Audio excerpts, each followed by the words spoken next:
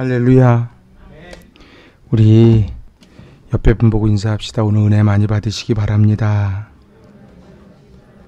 참 잘 오셨습니다. 오늘 본문은 사도 바울이 가장 오랜 시간 목회를 했던 그 에베소 교회, 그 에베소 교회를 이제 맡아서 사역하는 그 영으로 낳은 아들이라고 하는 디모데에게 쓴 편지입니다. 여기에서 우리가 주목할 것은 11절 앞부분에 오직 너 하나님의 사람아 이렇게 고백을 합니다. 오직 너 하나님의 사람아. 이 하나님의 사람이라는 것은 헬라어로 안드레페 데우입니다. 바로 구약 성경을 보면 모세, 다윗, 사무엘, 엘리야가 받았던 소리가 하나님의 사람이요. 바로 하나님이 인정하시고 그리고 하나님께서 사명을 맡겨 사용하시는 사람이란 뜻이 하나님의 사람입니다.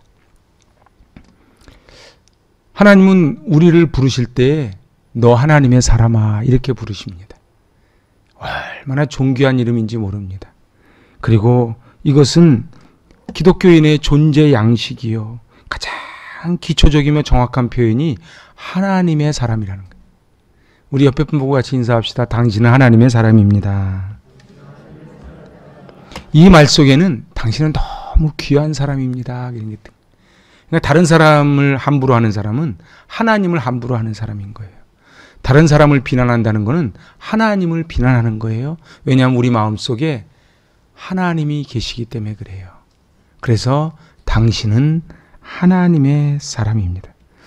요즘 저희가 금요심야에 갈라디아서를 공부하고 있는데 이 도식이 정확합니다. 너희가 진리를 알지니 진리가 너희를 자유케 하리라. 그 진리가 누구라고요? 예수 그리스도라고요. 그래서 예수 그리스도가 내 안에 있으면 뭐가 생긴다고요? 자유함이 생긴다고요. 그리고 이 자유함이 생긴 자에게 오는 현상, 열매, 축복이 뭐라고요? 은혜와 평강이라고요. 그리고 이 은혜와 평강이 있는 자에게 오는 것은 하나님께 영광 돌리는 겁니다. 이 도식이 딱 정해져 있어요. 그러니까 당신은 하나님의 사람입니다. 이 소리 속에는 당신 마음 속에는 바로가 주인이 아니고 하나님이 주인이십니다. 그러니 자유함이 있습니다. 그러니 은혜와 평강이 있습니다. 그리하여 하나님께 영광을 돌리는 인생입니다. 이런 말이 다 포함되어 있는 말이 당신은 하나님의 사람입니다. 그런 뜻입니다. 우리 다시 한번 이 의미를 담아서 옆에 분 눈과 눈을 보면서 한번 얘기합시다. 당신은 하나님의 사람입니다. 아멘. 오늘 이 본문은 크게 네 부분으로 나누어집니다. 네 가지를 우리에게 권면합니다. 그 첫 번째가 피하라. 두 번째가 따르라. 세 번째가 싸우라. 네 번째가 취하라. 우리 인생을 어떻게 하면 성공적인 인생을 살 것인가? 피할 걸 피하고, 따를 걸 따르고, 싸울 걸 싸우고, 붙잡고 취할 걸 취하면 인생은 성공합니다. 다르게 이야기하면요, 피할 거를 피하지 못하고, 따를 걸 따르지 않고, 싸울 거를 싸우지 않고, 취할 거를 취하지 않으면 우리 인생은 망가진다는 얘기지요. 첫 번째, 피하십시오. 오늘 11절입니다. 같이 읽어보지요. 하나님의 사람이요, 그대는 이 악한 것들을 피하십시오. 제가 어제 교회 단톡방에다가 오늘 오실 때 이 디모데전서 6장을 전체를 한번 꼭 읽어보고 오십시오. 이렇게 제가 부탁을 드렸습니다. 선생님이 부탁할 땐 다 이유가 있는 겁니다. 왜냐하면은 이 악한 것들을, 이 악한 게 뭔지를 11절부터는 안 나오고 그 앞에 나와요. 그러니까 뭘 피해야 될지 알으려면 반드시 디모데전서 6장 1절로 10절을 읽어야 이 피할 게 뭔지를 알 수가 있는 것이지요. 그것은 잘못된 교훈, 세상 풍조, 물질의 유혹, 그리고 경건의 교훈을 따르지 않는 세상 진리들을 피하라. 그렇게 말씀을 하십니다.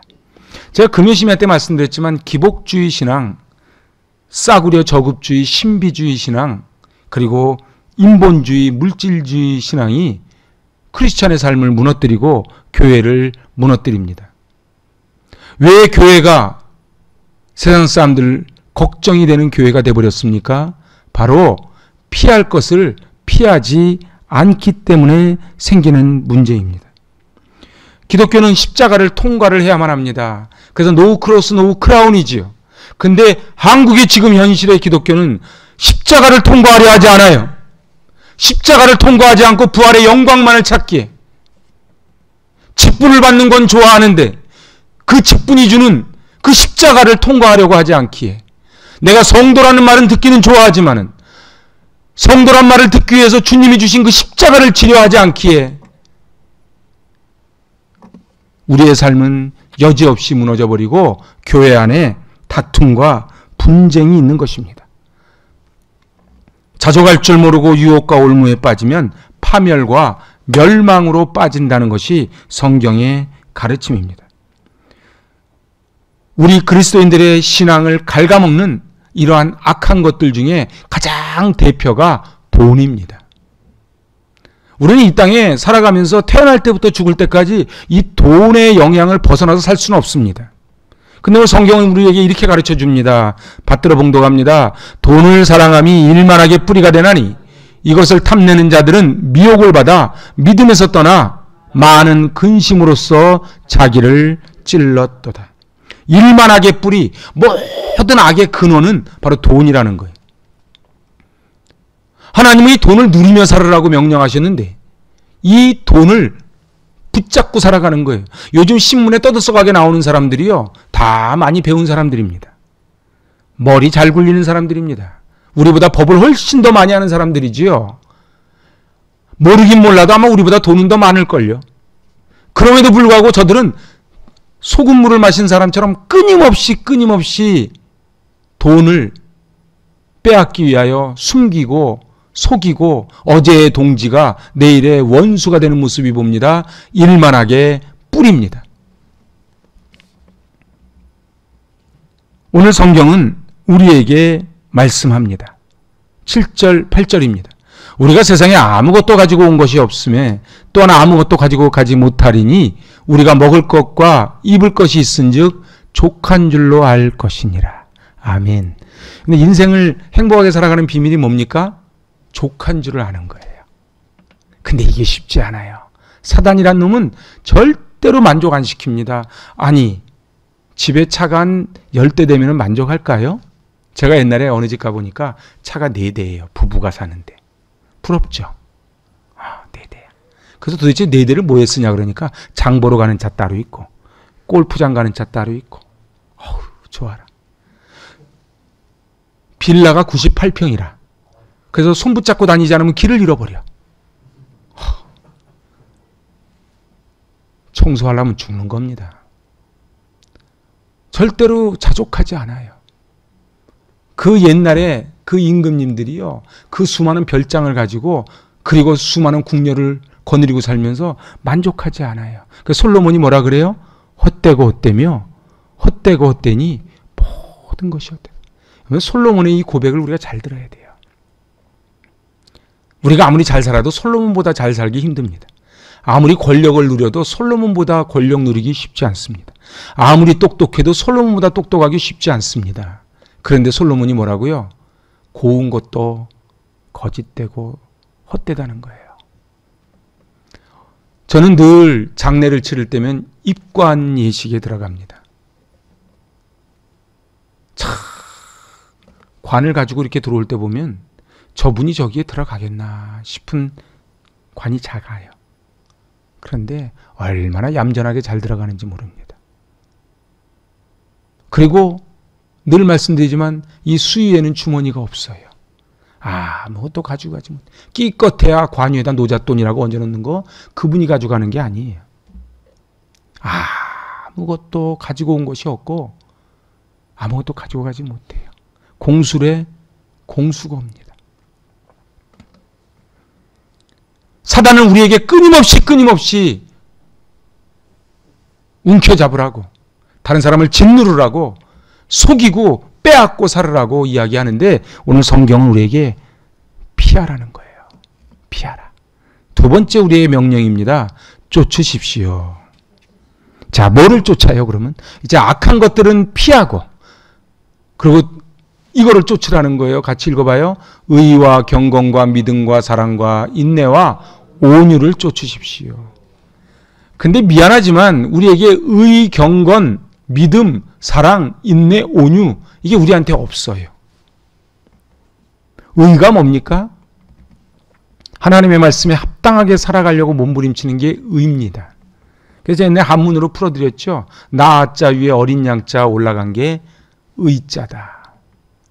경건이 뭡니까? 하나님의 성품을 닮아가는 거예요. 그리고 믿음은 하나님만을 신뢰하고 바라보며 끝까지 순종하고 따라가는 것이 믿음이요. 사랑은 자기의 목숨까지 내어놓는 것이 사랑이요. 인내 같이 읽어볼까요? 어떠한 역경과 환경 속에서도 굴하지 않고 온전히 믿음을 지키며 신앙의 도리를 다하는 것. 너무 부담되지요. 우리에게 의와 경건과 믿음과 사랑과 인내와 온유가 우리에게 없는데 그거를 쫓아가래요. 그거를 쫓아가래요. 그럼 어떻게 해야 된다고요? 은혜가 있어야 된다고요. 얘기는 간단해요. 그래서 기독교는 타력 종교예요. 불교는 자력 종교예요. 그래서 내가 뭔가 무릎팍 벗겨지게 하면서 뭔가를 깨닫는 거예요. 그래서 무가 될 때까지. 근데 성철 스님이, 우리는 감히 상상도 못하는 고행을 겪었던 성철 스님이 돌아가시면서 그랬어요. 내 죄가 수미산보다 크다. 우리는 우리의 문제를 해결하지를 못해요. 여러분들 아무리 공부 많이 하고요. 아무리 높은 자리에 올라가도 자기 마음 하나 다스리지 못합니다. 기독교는 타력 종교예요. 이게 무슨 얘기예요? 내 힘으로는 사랑과 인내와 온유와 경건과 믿음을 간직할 수 없습니다. 고백하는 거예요. 그래서 십자가를 통과하는 거예요. 그 십자가를 통과할 때, 내가 죽을 때 이 모든 것이 우리에게 주어진다는 것이지요. 그때 은혜와 평강이 있고 그때 하나님께 영광을 돌리는 바로 아까 말씀드린 그 도식이 그대로 적용이 되는 것입니다. 현대인의 문제는 물질이 없는 게 문제가 아니에요. 그럼에도 불구하고 우리는 계속 옆집하고 비교가 들어갑니다. 옆집은 차가 몇 cc라 그러던데, 옆집은 베란다를 터서, 옆집은 인테리어 어떤 침대를 갖다 놨다는데 계속 비교하는 거예요. 자, 세 번째는 이제 싸우십시오. 같이 해볼까요? 싸우십시오. 12절에 이렇게 말합니다. 믿음의 선한 싸움을 싸우십시오. 문제는 싸워야 되는데 안 싸우는 게 문제예요. 사단이 왔으면 싸워야 돼. 근데 어떻게 싸우라고요? 히브리서 12장 4절입니다. 너희가 죄와 싸우되 피 흘리기까지는 대항하지 아니하고, 피 흘리기까지 싸워야 되는데 피 흘리기까지 싸우지 않으니까 백전백패를 한다는 거예요. 그러니까 날마다 사단한테 지고 마는 거예요. 그래서 에베소서 4장 27절입니다. 마귀에게 틈을 주지 마라. 여러분, 사단을 무시하면 안 됩니다. 사단이요, 얼마나 강교한지 우리에게 요만한 틈만 있으면 비집고 들어옵니다. 그래서 코끼리가 안방에 들어오듯이 발 하나 탁 디밀고 점점 들어오는 거예요. 우리는 얘기하지요. 한 주일 정도야. 한 번 정도야. 아니요. 그 틈을 이용해서 들어오고 나중에 사단이 어떻게 고발하는지 아십니까? 자기가 시켜서 들어가게 해놓고 네가 무슨 집사야, 네가 무슨 목사야, 이렇게 우리에게 정죄를 시키는 거예요. 그래서 우리는 어떻게 해요? 전신갑주를 입는 거예요. 이 세상은 영적인 전쟁터입니다. 세상 사람들은요, 이게 전쟁터인지 모르고 그냥 살아가는 거예요. 마귀와 친구가 돼서. 우리는요, 전쟁터인 줄 아는데 지는 거예요. 우리는 매일매일 하나님의 전신갑주를 입고 살아갑니다. 마치 평안한 것 같다고 착각하지 마시기 바랍니다. 목사님, 저는 기도 제목이 없어요. 가로 열고 이미 사단의 밥이 됐어요. 그 소리예요. 형님들, 하나님은요, 우리를요, 계속 무릎 꿇게 만드세요. 근데 나에게 기도 제목이 없어요. 그거는요, 이미 사단이 점령하고 있다는 뜻이에요. 저요, 몇 주 동안 교회를 안 나가고 하나님께 헌신하지 않고 피 흘리며 싸우지 않았는데도 아무 문제가 없어요. 그건 아무 문제가 없는 게 아니고 사단이 안 건드리는 거예요. 사단은 고도의 전략을 구사합니다. 그래서 편하다, 편하다. 주준자에 들어가 있는 개구리가 익어서 죽듯이 아 좋다, 좋다 그러고 죽어가는 거예요. 이 무너져가는 한국교회가 저 다음 세대 아이들이 세상에서 죽어가는데 자기들이 죽어가는지 몰라요. 이건 청소년 문제가 얼마나 심각한지 모릅니다. 요즘 젊은이들의 문제가 얼마나 심각한지 몰라요. 요즘 어른의 범죄를 뺨치는 게 이 젊은이들의 범죄예요. 왜 그래요? 이미 마귀에게 다 내어줘 버리고 만 거예요. 하나님의 사람은 하나님이 책임져 주십니다. 내가 하나님의 일을 하면 하나님이 내 일을 책임져 주십니다.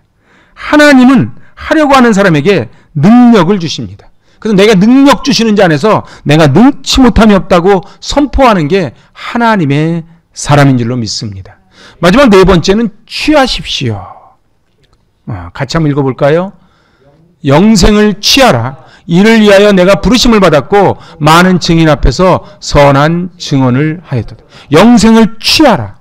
우린 잘 취하라 그러면 확 와닿지 않지요? 현대인의 성경이 이렇게 번역을 합니다. 영원한 생명을 굳게 잡으십시오. 근데 사실 이게 원어에 맞는 거예요. 그래서 NIV나 NASB에 이렇게 번역을 합니다. Take hold of the eternal life. 바로 영생을 어떻게 하라고? Take라는 거 확 붙잡는 거지요. Take에서 hold 하라고요. 영원한 생명을 어떻게 하라고요? 내 앞으로 당겨서 굳게 붙잡으라고 하는 것이 바로 영생을 취하라고 하는 원어의 뜻입니다. 무엇을 붙잡느냐가 그 사람의 인생을 결정짓습니다. 다 살아가지요. 요즘 굶어 죽는 사람 없습니다. 그지요? 요즘 길에서 집이 없어서 하늘에 이슬 맞으면서 자는 사람은 없지요. 안 그렇습니까? 우리나라 좋은 나라가 돼서요. 어떻게든지 먹여 살립니다. 여러분들 걱정하지 마십시오. 굶어 죽을 염려 없습니다. 그런데요. 세상 사람들은요. 돈을 붙잡고 명예를 붙잡고 다른 사람의 평판을 붙잡기 때문에 죽어가는 거예요. 우리 이 땅에 살면서 영원하지 못한 것을 그걸 붙잡고 살아가는 거예요. 제가 지난주에 어딜 지나가다 보니까 어느 매장 앞에 줄을 쭉 서 있어요. 저는 또 궁금하면 못 견디는 성격이라 제가 또 가봤죠. 거기가 뭐 하는 데인가. 도대체 뭐 하는데 저렇게 이쁘게 생긴 분들이 저렇게 서 있을까 봤더니 유명 모 메이커예요. 그 매장에 들어가려니까 번호표 받고 쭉 서 있는 거예요. 그분들은 저를 어떻게 볼지 몰라도 저는 그분들을 이렇게 쳐다보고 있으니까 야, 시간이 아깝다. 내 저 시간 있으면 딴 거 할 텐데. 근데 거기 가서 돈을 받는 게 아니고 돈을 쓰는 거예요. 근데 가서 줄을 쓰는 거예요.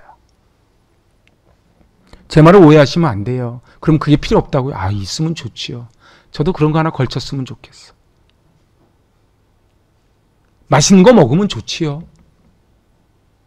그런데 무엇을 붙잡고 사느냐. 다른 사람의 말 한마디에는 그렇게 신경이 곤두서면서 하나님의 우리에게 뭐라고 말씀하실까는 왜 신경을 안 쓰고 살아가느냐는 거예요. 물질과 명예와 쾌락과 권력 이러한 것들은 영원하지 않습니다. 우리 전직 대통령들을 보십시오. 영원하지 않습니다. 이 땅에 버리고 갈 것들이지요. 그리고 우리는 영원한 것을 취해야만 합니다. 저는 그래서 양화진에 가는 걸 참 좋아합니다. 저 양화진에 누워있는 분들을 보세요. 저 태평양을 건너서 도대체 무엇 때문에 안락한 생활을 버려두고 태평양을 건너서 그곳에서 목숨을 던집니까?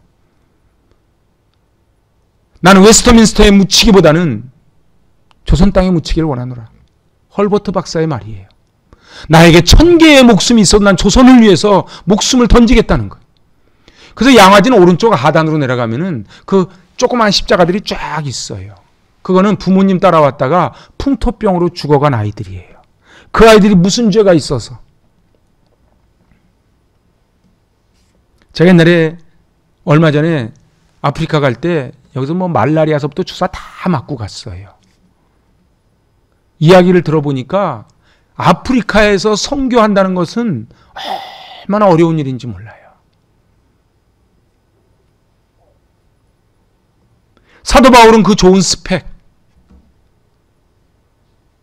미래가 보장된 로마 시민권을 왜 배설물로 여기고 하나님의 나라를 위하여 달려갔을까요? 40에 하나 감한매를 5번씩 맞고 유라굴로 광풍을 만나고 그리고 동족들에게 버림받으면서도 나는 표대를 향하여 달려가겠다고 선언했을까요? 나는 왜 행복한 사람이라고 고백했을까요? 그들이 바보입니까? 미국 명문 휘튼 대학을 수석으로 졸업한 한 젊은이가 있었어요. 이 휘튼 대학을 수석으로 졸업한 이 전도가 양양한 젊은이가 그 친구 5명과 함께 아마존 정글로 들어가 아우카족에게 복음을 전하다 창에 찔려 죽습니다. 그의 이름이 짐 얼리엇입니다.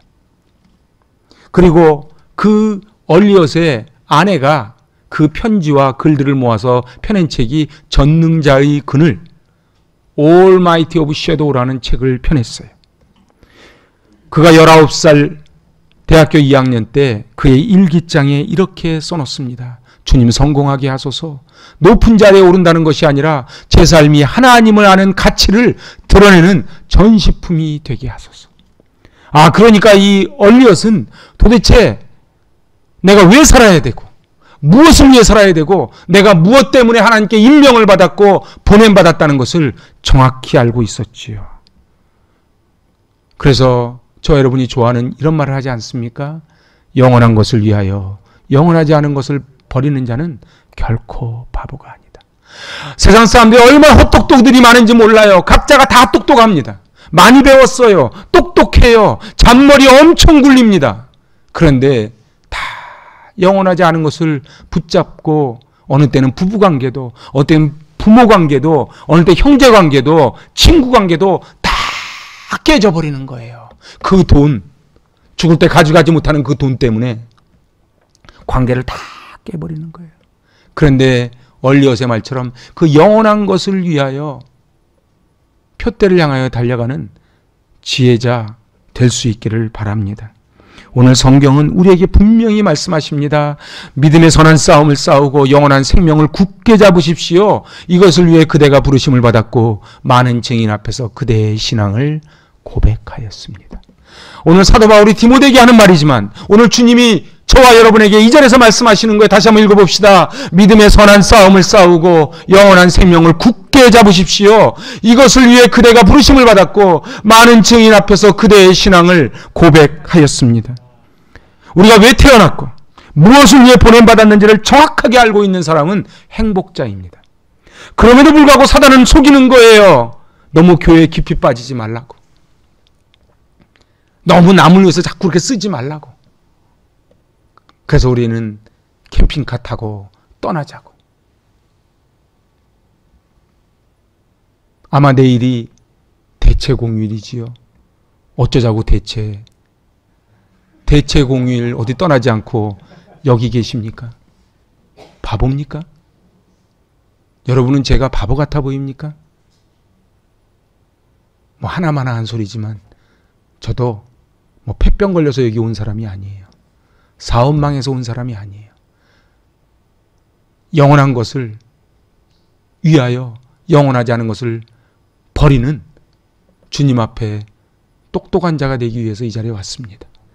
저와 여러분도 그 마음으로 여기 앉아 계신 줄로 믿습니다. 제가 오늘 이렇게 기도하는데 그런 기도가 돼요. 야, 내일이 대체공휴일인데 대체 어떤 분들이 오실까? 이렇게 앉아 계시니 그냥 눈물 나도록 고마워. 근데 그게 아마 하나님의 마음일 것 같아. 이야, 대체공휴일에 세상으로 안 나가고 여기 앉아 있어 줬구나. 여러분 여기서 은혜 많이 안 받아도 돼요. 조셔도 돼. 그냥 앉아만 있어도 기적이라. 마음 놓고 주무세요. 괜찮아. 저기 산호들로 안 가고 여기 앉아서 주무시기만 해도 얼마나 귀해. 애들 키우다 보면요. 애들이요. 깜깜한 밤이 됐으니 집으로 돌아갈 시간입니다. 그래서 집으로 돌아가면 그게 부모는 고마운 거야. 땡 치기 전에 들어오면 그게 고마운 거예요. 하나님도 그러시지 않겠습니까? 너희가 선한 싸움을 싸우다 왔구나. 여기에 찢겨지고 상처받고 예수님 때문에 손해보고 그러고 왔는데, 그래, 나와 함께 내가 가락지를 끼우고 옷을 입히고 잔치를 벌이자꾸나. 그것이 우리 주님의 마음 아니겠습니까? 제가 오늘 말씀을 준비하면서 이 하나님의 사람이라고 불렸던 모세, 다윗, 사무엘, 엘리야에 관련 말씀을 제가 쭉 찾아봤어요. 오늘 시간이 없어서 제가 다 소개 못하는데, 오늘 신명기 33장 1절에 이렇게 기록을 합니다. 같이 읽어볼까요? 하나님의 사람 모세는 죽기 전에 이스라엘 자손에게 다음과 같이 복을 빌어 주었다. 여러분들, 모세 대신에 자기 이름을 한번 넣어보세요. 시작. 하나님의 사람 6군은 죽기 전에 이스라엘 자손에게 다음과 같이 복을 빌어 주었다. 여러분, 죽을 때 자손들에게 무엇을 남겨주길 원하십니까? 자식들끼리 머리 터지게 싸우라고 돈을 물려주시렵니까?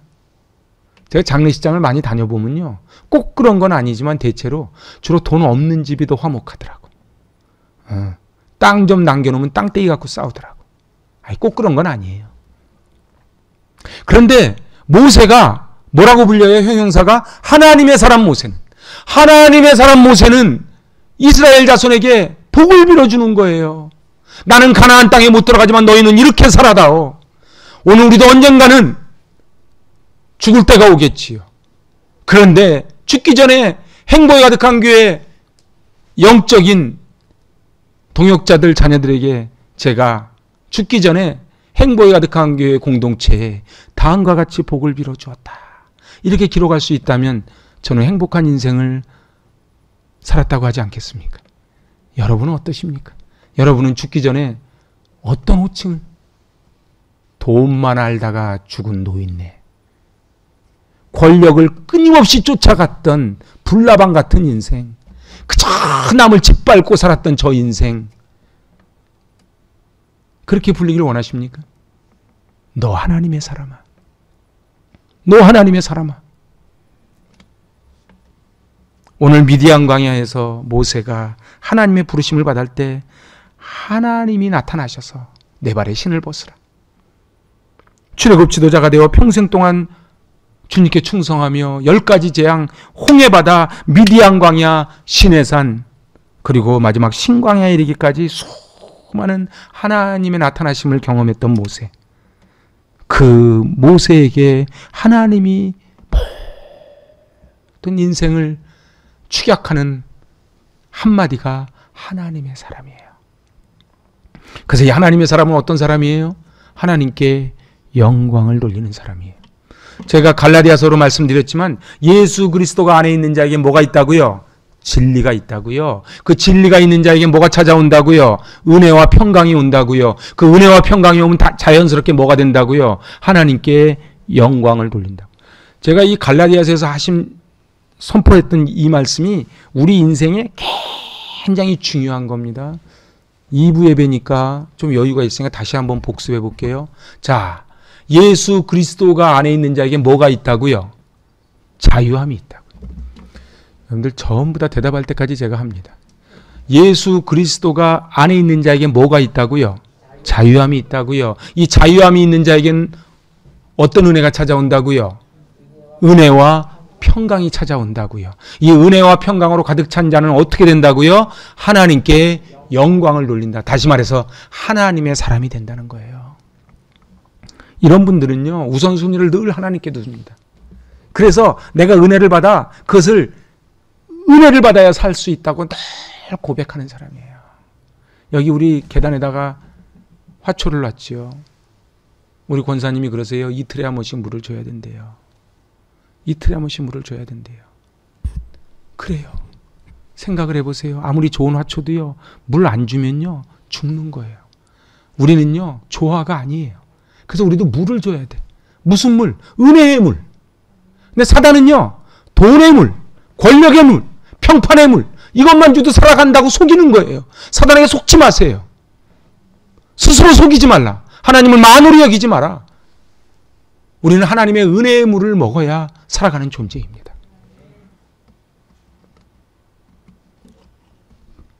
보지 못하고 말하지 못하고 듣지 못했던 헬렌 켈러. 생각을 해보세요. 보지 못하는 것만 갖고도 우리는 5분을 살기 힘들어요. 남이 말하는 걸 듣지 못한다고 생각을 해보세요. 그리고 말하지 못한다고 생각을 해보세요. 근데 이 헬렌 켈러는 설리번을 만나 참으로 기가 막힌 인생을 살아갑니다. 이건 사랑을 받아본 사람이 사랑도 줍니다. 그런데 말년에 어느 기자가 찾아왔어요. 여사님, 그런 극심한 육체적 고통 가운데 혹시 하나님을 원망해 본 적이 없으십니까? 이렇게 우문을 했어요. 그랬더니 빙그레 웃으면서 헬렌 켈러 여사가 이렇게 말해요. 하나님으로부터 받은 은혜를 헤아리는 것만도 시간이 부족한데 내가 어찌 원망할 시간이 있겠습니까? 감사하고 그 은혜를 기뻐하고 나누는 것만도 내 인생이 너무 짧았습니다. 우리는 말을 해요. 뭐 때문에 힘들다고, 뭐 때문에 죽겠다고. 우리가 아무리 힘들어도 사도 바울처럼 힘들겠습니까? 아무리 우리가 고난이 있다고 헬렌 켈러처럼 힘들겠습니까? 여기 오늘 예배 끝난 후에 눈 감고 여기서 저까지 나가보세요. 집에까지 한번 가보세요. 눈 감고. 근데 그걸 평생 살았던 그 헬렌 켈러가 하나님을 원망하지 않았대요. 하나님을 원망하지 않았대요. 욥기를 읽어보면요, 욥은 입으로 범죄하지 않았더라. 왜 그래요? 하나님의 은혜를 알아서 그래요. 그래서 제가 오늘 새벽에 하나님의 은혜를 듣는데 당연한 줄 알았더니 하나님의 은혜라고. 나의 나된 것은 하나님의 은혜라. 사랑하는 여러분, 하루도 은혜 없이 눈 감지 마시기를 바랍니다. 사단은 자꾸 속여요. 은혜 없어도 살 수 있다고. 까짓거 주일 한번 빼먹으면 어때요? 2달 빼먹으면 어때요? 헌금 좀 빼면 어때요? 그렇게 살으라는 거예요. 그냥 그렇게 살으라는 거예요. 근데 하나님은 뭐라 그래요? 나는 네가 보고 싶다. 나는 네가 보고 싶다. 왜요? 네가 나를 만나야 회복이 되니까. 네가 나를 만나야 치유를 받으니까. 그래서 헬렌 켈러가 마지막으로 죽기 전에 이렇게 말하고 죽습니다. 나의 일생은 참으로 아름다웠다. 제가 이제 말씀을 한번 정리해 보죠. 여러분은 마지막 죽기 전에 모세처럼 하나님의 사람 모세는 이스라엘 자손들에게 이렇게 말을 남겨요. 헬렌 켈러는 죽기 전에 나의 일생은 참으로 아름다웠습니다. 저 양화진에 누워있는 저 수많은 선교사님들, 지금도 5대양 6대주에서 복음을 전하는 선교사님들은 고백을 합니다. 나의 일생은 참으로 아름다웠다. 제가 인도네시아 그 선교지에서 선교하는 우리 그 선교사님을 지금 선교지에 못 들어가고 있어요. 코로나가 너무 극심해서. 그러니까 눈이 잘못하면 실명이 될 수 있다는 병에 걸려서 한국에 들어와서 이제 눈 수술을 받고 있는데 저랑 대화 나누는 가운데 그래요. 내가 하나님께 받은 은혜가 너무 크다고. 내가 하나님께 받은 은혜가 너무 커서 이 몸밖에 드릴 것 없어 이 몸을 드린다고. 저는 오늘 이 말씀을 준비하면서 다니엘, 다윗, 모세, 디모데가 받았던 너 하나님의 사람아, 나의 일생 다가도록 예수 인도하시니, 예수 안에 있으니 그 무엇이 내가 부럽겠습니까?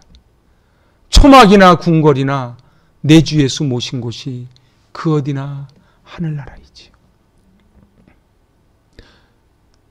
오늘 사람들은 다 살기 힘들다고 말합니다.